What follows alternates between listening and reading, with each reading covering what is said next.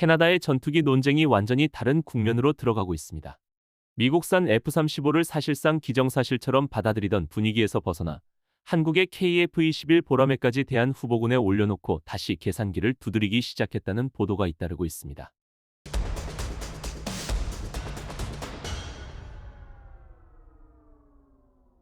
미국의 군사안보 매체인 1945는 최근 캐나다가 F-35 단일 선택지에 묶이는 대신 한국의 KF-21을 유력한 옵션으로 검토하고 있다고 전했습니다. 단순히 기체 한 기종을 갈아 끼우는 문제가 아니라 앞으로 수십 년 동안 미국의 어느 정도까지 안보 기술을 의존할지, 캐나다 스스로의 전략적 자율성을 어디까지 회복할 것인지가 걸린 선택이라는 점에서 이 논쟁은 점점 더 뜨거워지고 있습니다. 특히 이 흐름의 한가운데에는 바로 이반 블론딘 전 캐나다 공군 참모총장이 있습니다. 블론딘은 현역 시절에는 F-35 도입을 지지했던 인물이지만 지금은 공개적으로 캐나다가 F-35에 과도하게 묶여있다는 경고를 쏟아내고 있습니다. 그는 최근 자신의 분석글에서 F-35를 도입한 나라는 소프트웨어, 각종 업그레이드, 정비와 부품, 심지어 무장까지 미국이 쥐고 있는 구조라 미국의 동의 없이는 장기간 독자 운용이 사실상 불가능하다고 지적했습니다. 블론딘이 우려하는 지점은 기술적인 문제를 넘어 정치적 리스크입니다. 미국 국내 정치가 요동치고 동맹에 대한 태도가 정권 따라 급변하는 상황에서 어느 날 갑자기 소프트웨어 업데이트가 지연되거나 부품 공급이 끊기는 일이 벌어질 수 있다는 겁니다. 실제로 그는 미국의 방위 우산과 F-35 지원을 북대서양 조약기구 5조와 비슷한 수준의 불확실한 약속으로 봐야 한다고까지 주장했습니다. 필요할 때 있을 수도 있지만 없을 수도 있는 결국 자기 통제 밖의 변수라는 의미입니다.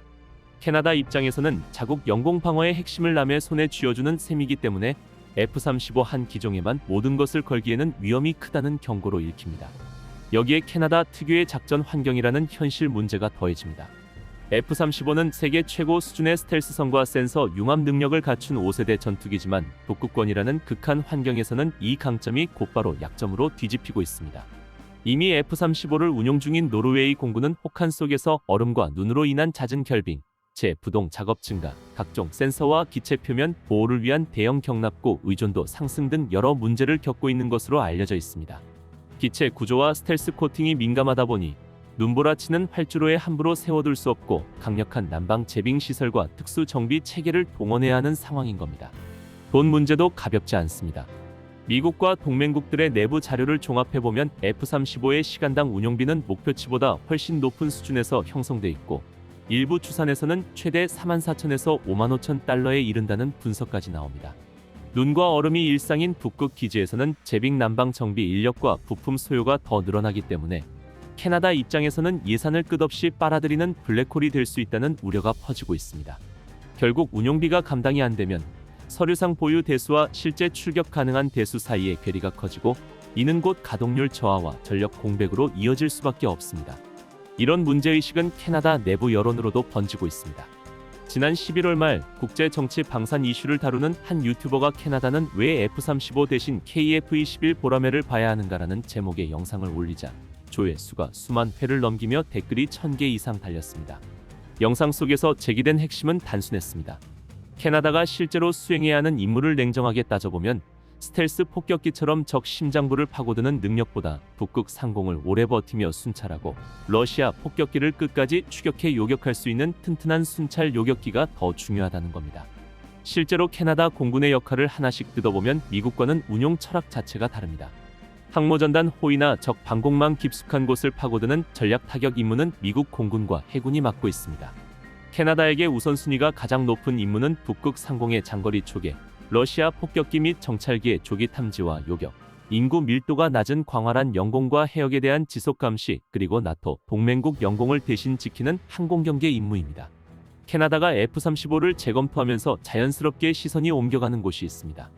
북극이라는 혹독한 환경에서 정말로 살아남아 계속 날 수 있는 전투기가 무엇인지 다시 따져보는 과정에서 한국산 KF-21 보라매가 조용히 존재감을 키우기 시작한 겁니다. 스텔스 성능 하나만으로 전투기의 가치를 판단하던 과거와 달리 캐나다는 이제 자국의 현실에 맞는 요소들을 우선순위로 다시 정렬하고 있습니다. 결빙과 눈보라, 길게는 수천 킬로미터의 초계 구간, 극저온에서의 엔진 신뢰성, 전진기지의 제한된 정비 인력, 러시아 폭격기에 대한 즉각 대응까지 이런 환경에서는 스텔스보다 훨씬 실용적인 능력이 더 중요하고 바로 이 지점에서 KF-21이 캐나다의 요구와 맞물리기 시작합니다. KF-21의 가장 큰 강점은 북극 생존성을 결정짓는 쌍발 엔진 구조입니다. 캐나다 공군 조종사들이 가장 우려하는 상황이 단발 엔진 고장인데 북극을 비행하다 엔진이 멈추면 탈출 후 얼음바다에 착수하는 것 말고는 선택지가 없습니다. 반면 KF-21은 GF414 두 기를 탑재해 하나가 멈춰도 장거리 귀환이 가능한 구조를 갖추고 있습니다. 이미 노르웨이는 F-35를 혹한에서 운용하며 결빙, 흡입물 문제, 저온 추력 저하 등 단발기 특유의 취약점을 경험했고 캐나다 역시 이런 문제를 반복할 수 있다는 점에서 사실상 쌍발기가 필수라는 공감대가 넓습니다. 이 구조적 차이는 단순한 스펙을 넘어 살아서 돌아올 확률이라는 훨씬 현실적인 측면에서 KF-21의 가치를 높이고 있습니다. 여기에 KF-21이 지닌 장거리 요격 능력과 높은 상승률, 효율적인 공력 설계는 캐나다가 직면한 북극 초계 환경과 자연스럽게 맞물립니다. 한국은 북한, 중국, 러시아 항공기의 접근에 신속 대응해야 하는 지정학적 상황 때문에 전투기를 설계할 때부터 빠르게 고도를 확보해 요격하는 성능을 최우선으로 고려하는데 이 철학이 고스란히 KF-21에 반영되어 있습니다. 내부 무장창이 없는 현재 블록-1-2 구조는 연료 탑재량을 극대화할 수 있다는 장점이 있어 장시간 초계 임무에서 오히려 유리하다는 분석도 나옵니다. 북극 상공에서 러시아 폭격기들을 상대하려면 단순히 스텔스가 아니라 멀리 오래 날며 필요할 때 즉시 고속으로 전환할 수 있는 능력이 중요하고 KF-21은 이 요구 조건을 충족하는 드문 기체라는 점이 해외 분석가들 사이에서도 꾸준히 회자되고 있습니다. 혹한 속 정비성 또한 캐나다가 F-35보다 KF-21에 주목하게 만드는 요소입니다. 북극 기지에서는 스텔스 코팅을 보호하기 위한 대형 경납고나 정교한 온습도 시설을 갖추기 어렵습니다. F-35는 스텔스 유지가 민감해 코팅 손상, 재빙 문제, 외부 환경 노출 등에서 정비 부담이 크게 늘어나는 반면 KF-21은 스텔스 도료 유지가 간단한 접비탐 구조의 모듈식 항전 장비를 채택해 전진 기지에서도 빠른 복구 재출격이 가능합니다. 캐나다처럼 정비 인력과 장비가 제한된 환경에선 고장나지 않는 전투기보다 금방 고쳐서 다시 띄울 수 있는 전투기가 훨씬 중요한데 KF-21은 바로 그 조건을 충족합니다. 이런 구조적 정비 용이성은 실전 가동률을 결정짓는 핵심이며 특히 캐나다의 긴급 대응 태세를 안정적으로 유지하는 데 절대적입니다. 운용비 역시 무시할 수 없는 현실적인 요소입니다. KF-21의 시간당 운용비는 약 12,000에서 16,000달러로 알려져 있으며 이는 F-35의 44,000에서 55,000달러의 4분의 1 수준입니다. 이 차이는 단순한 비용 절감이 아니라 캐나다의 전투기 가동률, 조종사 훈련 시간, 정기적 초계 임무 수행 능력 등을 직접적으로 결정합니다. 예산이 한정된 상황에서 더 많은 비행을 확보할 수 있는 플랫폼은 곧 더 강한 방공 태세를 의미하고 그 점에서 KF-21은 예산 대비 전투력이라는 측면에서 가장 현실적인 선택지로 떠오르고 있습니다. 또한 KF-21은 캐나다 항공우주 산업에도 중요한 기회를 제공할 수 있습니다. 한국산 무기의 특징 중 하나가 폭넓은 기술 협력인데 캐나다가 프로그램에 참여할 경우 항전장비 전자부품 현지 생산, 북미 정비 허브 구축, 2인승 전자전형 개발 참여, 향후 블록3, 블록4 공동 개발 같은 산업적 이점을 얻을 수 있습니다. 정체되어 있던 캐나다 항공 산업을 되살릴 수 있는 기회라는 점에서 단순 기체 구매를 넘어 전략적 선택으로 평가하는 목소리도 등장했습니다. KF-21은 아직 완전한 5세대 스텔스기는 아니지만 캐나다가 실제로 수행해야 하는 북극 초계 요격 임무를 놓고 보면 오히려 F-35보다 더 높은 현실 적합성을 가진 플랫폼입니다. 쌍발 엔진의 생존성, 장거리 초계와 고속 요격 능력, 혹한에서도 빠르게 다시 띄울 수 있는 정비성, 낮은 운용비로 확보되는 높은 가동률, 그리고 산업 협력 가능성까지 캐나다가 지금 필요로 하는 전투기의 조건을 그대로 가져다 대면 가장 잘 맞아떨어지는 답이 점점 더 뚜렷해지고 있습니다. 그 중심에는 한국의 KF-21 보라매가 있습니다. 다음은 11월 29일 영상입니다.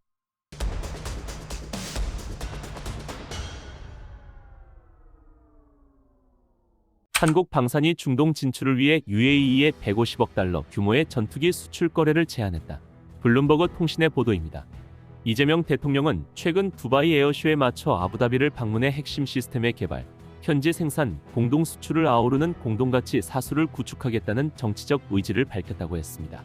이미 아랍에미리트는 한국의 방문해 KF-21의 성능을 점검했을 뿐만 아니라 실제 시범 비행에도 참여하며 기체 자체에 대한 만족감을 표시한 바 있습니다. 오랜 세월 동안 대한민국은 KF-21 개발이라는 원대한 꿈을 꾸며 때로는 예상치 못한 난관에 부딪히기도 했습니다.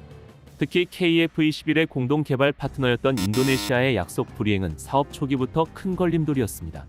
우리 정부는 막대한 비용과 기술적 어려움에도 불구하고 동반자 관계와 신뢰를 중시하며 수많은 인내와 양보를 거듭해왔습니다. 1조 6천억 원의 분담금마저 제대로 이행하지 못하는 상황 속에서도 대한민국은 외교적 관계를 고려하며 최대한의 노력을 기울였죠. 하지만 안타깝게도 인도네시아는 최근 중국과 북한에 더욱 밀착하는 등 국제사회의 불안정을 가중시키는 움직임을 보여주며 우리에게 회복하기 어려운 실망감을 안겨주었습니다. 이는 단순한 약속 불이행을 넘어 공동 개발의 취지와 목표를 심각하게 훼손하는 행위로 간주될 수밖에 없었습니다. 이러한 배경 속에서 대한민국은 고심 끝에 중요한 결단을 내릴 수밖에 없었습니다. 이대로는 안 된다는 단호한 인식과 함께 국익을 최우선으로 하는 새로운 전략적 방향을 모색하게 된 것입니다. 많은 국방 전문가들은 당시 인도네시아와의 관계가 외교적으로 중요한 것은 맞지만 우리 기술의 미래와 국익을 위해서라도 이제는 결단이 필요하다고 목소리를 높였습니다. 실제로 한 국방 관계자는 사석에서 외교적 부담이 크겠지만 KF-21 블록원의 최소한의 물량만 협력하고 사실상 인도네시아와의 공동 개발은 종지부를 찍을 수밖에 없을 것이라고 예측하기도 했습니다. 이렇듯 오랜 시간 인내해온 대한민국은 결국 더 큰 미래를 향한 새로운 기회의 문을 활짝 열게 됩니다. 바로 중동의 핵심 국가 아랍에미리트와의 극적인 협력론이었습니다. 최근 블룸버그 통신은 충격적인 보도를 통해 대한민국이 UAE의 KF-21 보람의 전투기를 중심으로 한 무려 150억 달러 하나 약 22조 원 규모의 초대형 무기 패키지를 제안했다고 전했습니다. 이 소식은 단순한 무기 수출 제안을 넘어 세계 방위산업계에 대한민국이 새로운 강자로 등극했음을 알리는 강력한 선언이나 다름없었습니다. 이번 협상 과정에는 이재명 대통령이 직접 아부다비를 방문해 UAE 정부의 깊은 신뢰를 표하며 핵심 시스템 개발부터 현지 생산, 그리고 공동 수출까지 아우르는 공동 가치 사슬 구축에 대한 확고한 정치적 의지를 천명했습니다. 대통령실 강훈식 비서실장은 이 파격적인 협력 모델을 통해 한국 기업들이 150억 달러 이상의 계약을 성사시킬 수 있을 것이라고 자신 있게 밝혔습니다. 더욱 놀라운 점은 이미 UAE 공군 장병들이 대한민국 하이 시설을 직접 방문하여 KF-21 시제기를 탑승하는 등 보람회의 압도적인 성능과 기술력을 직접 체험했다는 것입니다. 단순한 자료 검토가 아닌 현장 방문과 직접 시승은 UAE가 얼마나 KF-21의 진심인지, 그리고 미래 전력 구상에 대한민국을 얼마나 중요하게 여기고 있는지를 여실히 보여주는 대목입니다. 이는 UAE가 단순한 무기 구매를 넘어 대한민국의 첨단 기술력과 함께 미래 항공 전력의 패러다임을 함께 만들어가겠다는 강력한 의지를 나타내는 상징적인 장면이라 할 수 있습니다. 그런데 UAE를 비롯한 세계 각국이 왜 KF-21 보람회에 이토록 열광하는 것일까요? 여기에는 KF-21이 가진 한 가지 결정적인 매력, 바로 쌍발 엔진이라는 신뢰의 심장이 자리하고 있습니다. 이는 단순한 기술적 특징을 넘어 안보와 경제성이라는 두 마리 토끼를 모두 잡는 대한민국의 현명한 전략적 통찰력이 담겨 있습니다. 한번 상상해 보십시오. 염분이 가득하고 습한 해상 환경에서 주로 운용되는 전투기는 육상에서보다 기체 부식이 훨씬 빠르게 진행되고 고장 위험도 높아질 수밖에 없습니다. 섬나라의 특성상 광활한 해역의 안보를 책임져야 하는 필리핀 같은 국가들은 바로 이 점 때문에 단발 엔진 전투기 도입을 주저할 수밖에 없었습니다. 대당 2천억 원이 넘는 고가의 전투기가 혹독한 해상 환경에서 쉽게 손상되고 고장 위험마저 크다면 이는 단순한 비용 문제를 넘어 국가 안보에 치명적인 구멍으로 이어질 수 있기 때문입니다. 미 해군 등 해상 작전 수요가 많은 국가들이 오랫동안 쌍발 전투기를 선호해 온 이유도 바로 여기에 있습니다. 엔진 하나가 고장 나더라도 나머지 하나로 안전하게 비행을 계속할 수 있어 조종사의 생존성을 극대화하고 임무를 완수할 수 있는 가능성을 비약적으로 높여주기 때문입니다. KF-21은 이렇듯 해상 환경에서의 압도적인 안정성과 생존성, 그리고 신뢰성을 동시에 제공하며 특히 해양 안보에 민감한 국가들의 마음을 단숨에 사로잡았습니다. UAE와 같은 중동 지역 또한 광활한 영공 방어와 전략적 핵심 거점 보호를 위해 KF-21의 이러한 두 개의 심장이 주는 안정성과 신뢰성에 깊이 매료될 수밖에 없었던 것입니다. 물론 쌍발 엔진 전투기가 가진 뛰어난 장점은 오래전부터 잘 알려져 있었습니다. 하지만 그와 함께 항상 따라다녔던 그림자는 바로 천문학적인 비용이었습니다. 세계 최고 수준의 쌍발 엔진 전투기들은 그 압도적인 성능만큼이나 상상을 초월하는 가격표를 달고 있었죠. 프랑스산 라팔 전투기의 경우 2022년 인도네시아와의 계약 기준으로 대당 약 2억 8천만 달러를 훌쩍 넘겼습니다. 게다가 인도가 추가 도입을 검토 중인 114대에 대한 협상에서는 대당 3억 2천만 달러 이상이라는 더욱 높은 조건을 놓고 논의 중이라고 알려져 있습니다. 또한 유럽의 강력한 쌍발 전투기인 유로파이터 타이프는 지난 10월 튀르키예가 20대를 계약했을 때 대당 무려 5억 1천만 달러가 넘는 엄청난 비용이 소요되었습니다. 이러한 수치들을 보면 최첨단 쌍발 엔진 전투기를 도입하는 것이 얼마나 막대한 국가적 재정 부담으로 이어지는지 쉽게 짐작할 수 있습니다. 그러나 우리의 KF-21 보라매는 뛰어난 쌍발 엔진의 안정성과 최첨단 성능을 고스란히 갖추고 있으면서도 경쟁 기종들과 비교할 때 훨씬 더 합리적이고 현실적인 가격으로 세계 시장의 새로운 게임 체인저가 되고 있습니다. 이것이 바로 대한민국 국방 기술이 이룩한 위대한 혁신이며 고성능과 경제성이라는 두 가지 가치를 동시에 실현한 스마트 국방의 정수라 할 수 있습니다. 특히 UAE가 KF-21에 깊이 주목하는 또 다른 결정적인 이유는 바로 블록3의 존재입니다. 블록3는 KF-21이 궁극적으로 완전한 스텔스기로 진화하기 위한 계획이며 이는 KF-21 개발의 진정한 목표이자 대한민국 국방과학기술의 야심찬 지향점입니다. 오래전부터 5세대 전투기 확보를 강력히 염원했던 UAE는 미국의 F-35 도입이 정치적 이유로 거듭 차제되면서 큰 좌절을 겪어야만 했습니다. 당시 도널드 트럼프 전 대통령이 사우디아라비아의 1조 달러 투자 약속을 받는 대가로 F-35 판매를 고려하는 등 중동 지역의 군사력 균형이 강대국들의 정치적 이해관계에 따라 언제든 흔들릴 수 있다는 냉혹한 현실을 깨닫게 된 것이죠.